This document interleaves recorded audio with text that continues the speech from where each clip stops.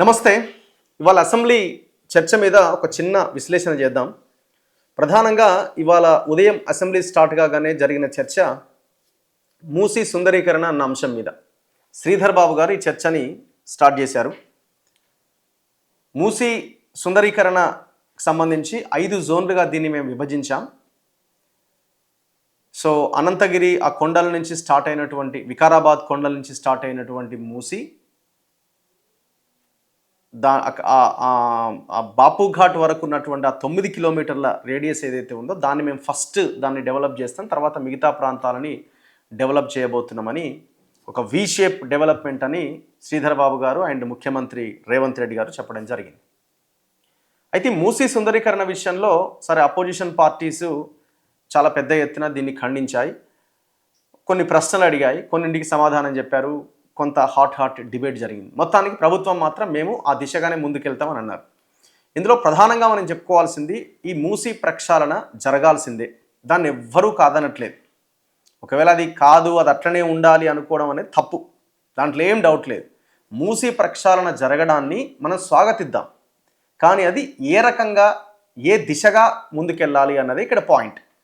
ప్రభుత్వానికి కేవలం మూసీ ప్రక్షాళన జరగాలి, ప్రజలకు మంచి జరగాలి, హైదరాబాద్కి మంచి జరగాలి అనే ఒక పాజిటివ్ ఇంటెన్షన్ ఉంటే ఎవరికి ఎలాంటి ఇబ్బంది లేదు.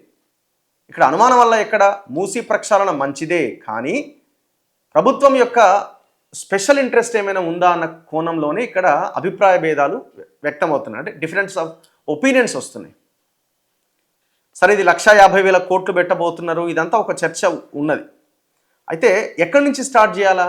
వీళ్ళు ఏమంటున్నారు, మేము బాపు ఘాట్ వద్ద పెద్ద ఎత్తున ఈ దేశానికి స్వాతంత్రం తెచ్చిన, శాంతి ద్వారా యుద్ధాల ద్వారా కాదు, శాంతి ద్వారా స్వాతంత్రాన్ని తెచ్చిన మహాత్మా గాంధీ అతి ఎత్తైన విగ్రహం మేము పెట్టబోతున్నాం, బాపు ఘాట్ దగ్గర ఇంకేదో చేయబోతున్నాం అని వాళ్ళు చెప్తున్నారు.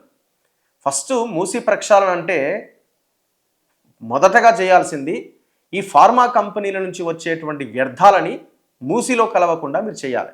ఫస్ట్ ఆ పని చేయకుండా మీరు ఇంత ఎత్తున మహాత్మా గాంధీ విగ్రహం కడితే ఆ మూసీలో ఉన్నటువంటి కంపనంతా మహాత్మా గాంధీ విగ్రహం, ఒకవేళ కనుక అది ప్రాణం ఉన్నటువంటి మహాత్మా గాంధీ అయితే ఇక్కడ నన్నెందుకు పెట్టిన దరిద్రులారా అంటాడు.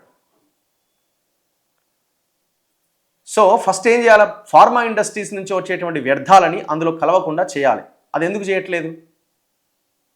మూసీ ప్రక్షాళనను ఒకవైపున చెప్తూ ఈ ఫార్మా కంపెనీలు వెదజల్లే ఈ వ్యర్థాల ద్వారా పాషమైలారం, పటాన్ చెరువు, ఈ ప్రాంతాల్లో ఉన్న చెరువులు మొత్తం సర్వనాశనం అయిపోయినాయి. మరి వీటి సంగతి ఏంది? మేము రీసెంట్గా ఇదే పటాన్ చెరువు నియోజకవర్గం గుమ్మడిదల మండలం దోమడిగ అనే గ్రామంలో హెటిరో ప్లాంట్ 1 దగ్గర దాదాపుగా 3 చెరువులు మొత్తం పింక్ కలర్లోకి మారిపోయినాయి.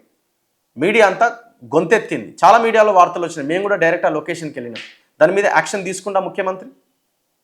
మీరు ఒకవైపున మూసీ ప్రక్షాళన అంటున్నారు, ఏం చూస్తున్నారు అందులో? అంటే కాలుష్యం లేకుండా చేయాలన్నది మీ ఆలోచన, లేకపోతే దీని ద్వారా ఏమన్నా ప్రైవేట్ కంపెనీలకి అప్పజెప్పి దాని ద్వారా ఏమైనా సొమ్ము చేసుకోవాలన్న ఆలోచన? మీరు మీ చిత్తశుద్ధిని నిరూపించుకునే ప్రయత్నం చేయండి. ఒక మంచి కార్యక్రమాన్ని చేపడతాం అంటున్నారు, మంచిదే, కానీ అది ఏ దిశగా ముందుకెళ్ళాలి? ఫస్ట్ ఫార్మా కంపెనీల నుంచి వచ్చేటువంటి వ్యర్థాలను ఆపండి.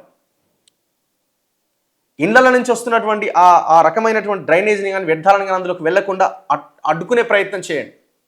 మీరే అన్నారు కదా, లీడర్ల ఫామ్ హౌజులు, అక్కడి నుంచి వచ్చేటువంటి బాత్రూమ్ల ద్వారా వచ్చేటువంటి వ్యర్థాలన్నీ దాంట్లో కలుస్తున్నాయి, కింద ఉన్న పేదలు ఆ నీళ్లు తాగాలనా అని మీరే కదా మాట్లాడింది. మరి వాటిని ఆపే ప్రయత్నం ఫస్ట్ చేయాలనా? మహాత్మా గాంధీ విగ్రహం ఫస్ట్ కట్టాలనా? లేదా అక్కడ ఒక పార్కో ఇంకోటి ఫస్ట్ కట్టాలనా? మీ ఫస్ట్ ప్రయారిటీ ఏంటి? మీరు అన్నారు నల్గొండ జిల్లాలో ఫ్లోరైడ్ చాలా విపరీతంగా ఉంది. నాది కూడా నల్గొండ జిల్లాని, ఉమ్మడి నల్గొండ జిల్లా, ఇప్పుడు యాదాద్రి భువనగిరి జిల్లా. మా జిల్లాలోనే ఫార్మా కంపెనీల వల్ల కనీసం అక్కడ బతకలేని పరిస్థితి ఉన్నది. మీరు చెప్పారు కదా ఇవాళ అసెంబ్లీలో పెళ్ళైన మహిళలకి గర్భస్రావాలు అవుతున్నాయని చెప్పారు కదా. నడుమొంకర, కాళ్ళొంకర, వేళ్ళొంకరతో పుడుతున్నారు ఫ్లోరైడ్తో. ఫ్లోరైడ్ కంటే మహాభూతం అక్కడ ప్రజల నడ్డి విరిచింది, వాళ్ళ జీవితాలతో ఆడుకున్నది. ఇది కాలుష్య భూతం మూసీలో ఉందని అన్నారు కదా. ఎక్కడి నుంచి వస్తున్నాయి ఈ కాలుష్యం? ఆ జిల్లాలకి హైదరాబాద్ నుంచి వస్తలేవు. పోచంపల్లికి వెళ్దాం, దోతిగూడెం ఆ ఏరియాలో ఉన్న ఫార్మా కంపెనీలు చూద్దాం, అక్కడ ఉన్న పొల్యూషన్ చూద్దాం. చౌటుపల్లి ఏరియాకి వెళ్దాం, దివీస్ కంపెనీ చూద్దాం. ఆ టోటల్ స్ట్రెచ్ అంతా పొల్యూటెడ్. వీటిని కదా మీరు ఫస్ట్ అరికట్టాల్సింది. ఇవేమీ చేయకుండా ఏదో ఒక 5 కిలోమీటర్ల 10 కిలోమీటర్ల రేడియస్ని ఆల్రెడీ మంచిగా ఉన్న దాన్ని, ఇప్పుడు మీకు బాపు ఘాట్ దాకా హైదరాబాద్ ఎంట్రీ వరకు మూసీకి ఎలాంటి ఇబ్బంది లేదు. అక్కడ ఎక్కడైతే ఇబ్బంది లేదో ఆడేదో కడతామని మీరేదో అంటున్నారు. అక్కడ చుట్టూ ప్లేస్ తీసుకొని దాని ఒక పార్క్ లాగా డెవలప్ చేస్తామని. మీరు అది కాదు చేయాల్సింది. ఫస్ట్ ఎక్కడ అవుతున్నది, పొల్యూషన్ ఎక్కడి నుంచి వస్తున్నది దాన్ని ఫస్ట్ చూడండి. దాని తర్వాత ఆక్యుపై ఎక్కడైతే కబ్జాలు ఉన్నాయో దాని వైపు వెళ్ళండి. దాని తర్వాత డెవలప్మెంట్ సైడ్ ఆలోచించండి. ఇవేమీ చేయకుండా ఫస్ట్ మేము 125 అడుగుల గాంధీ విగ్రహం కడతామంటే ఎట్లా? సో అనంతగిరి కొండల్లో స్టార్ట్ అయినటువంటి మూసి అక్కడ వాడపల్లి దగ్గర కృష్ణానది త్రివేణి సంగమం అంటారు దాన్ని, అక్కడ కలుస్తున్నది. హైదరాబాద్ ఎంట్రీ వరకు ఎలాంటి ఇబ్బంది లేదు. హైదరాబాద్లో కోర్ ఏరియాలో ఉన్నటువంటి ఆ స్ట్రెచ్ ఏదైతే ఉందో అది మొత్తం పూర్తిగా పొల్యూట్ అయింది, కబ్జాకు గురైంది. ఫస్ట్ ఆ పొల్యూషన్ అరికట్టండి. హైదరాబాద్ దాటిన తర్వాత కొంత ఏ ఇబ్బంది లేదు, కానీ ఎక్కడైతే ఆ ఫార్మా ఇండస్ట్రీస్ ఉన్నాయో ఆ ఫార్మా ఇండస్ట్రీస్ వ్యర్థాలని అందులో కలుస్తున్నాయి. అట్లా మూసి నాశనం అవుతున్నది. ఫస్ట్ మీ ప్రయారిటీ ఏంటనేది చాలా ఇంపార్టెంట్. అండ్ దాంతోపాటుగా ఇవాళ ఇంకొక డిస్కషన్ ఏంటంటే, హైదరాబాద్ని విస్తీర్ణం పెంచారు, చాలా పెద్ద హైదరాబాద్ మహానగరాన్ని చేయబోతున్నామని ఇవాళ ఒక బిల్ పెట్టినట్టున్నారు. దాని మీద కూడా డిస్కషన్ జరిగింది. సో 150 డివిజన్లు ఉంటే దాన్ని 300 డివిజన్లకు మార్చారు. మొత్తం ఔటర్ రింగ్ రోడ్ ఉన్నటువంటి ప్రాంతం అంతా, ఇన్సైడ్ ఉన్న ప్రాంతం అంతా జిహెచ్ఎంసీ పరిధి కింద మీరు డిసైడ్ చేశారు. సో ఇవాళ అక్బరుద్దీన్ ఓవైసీ గారు అనుకుంటే కొన్ని విషయాల్లో చాలా అద్భుతంగా మాట్లాడాడు. ఇవాళ హైదరాబాద్లో ఉన్న ఎయిర్ క్వాలిటీ ఇండెక్స్ ఏంటి, ఢిల్లీలో ఎలాంటి సిచ్యువేషన్ ఉందో హైదరాబాద్ అలాంటి సిచ్యువేషన్ రాబోతున్నది, దాదాపుగా వచ్చేసింది.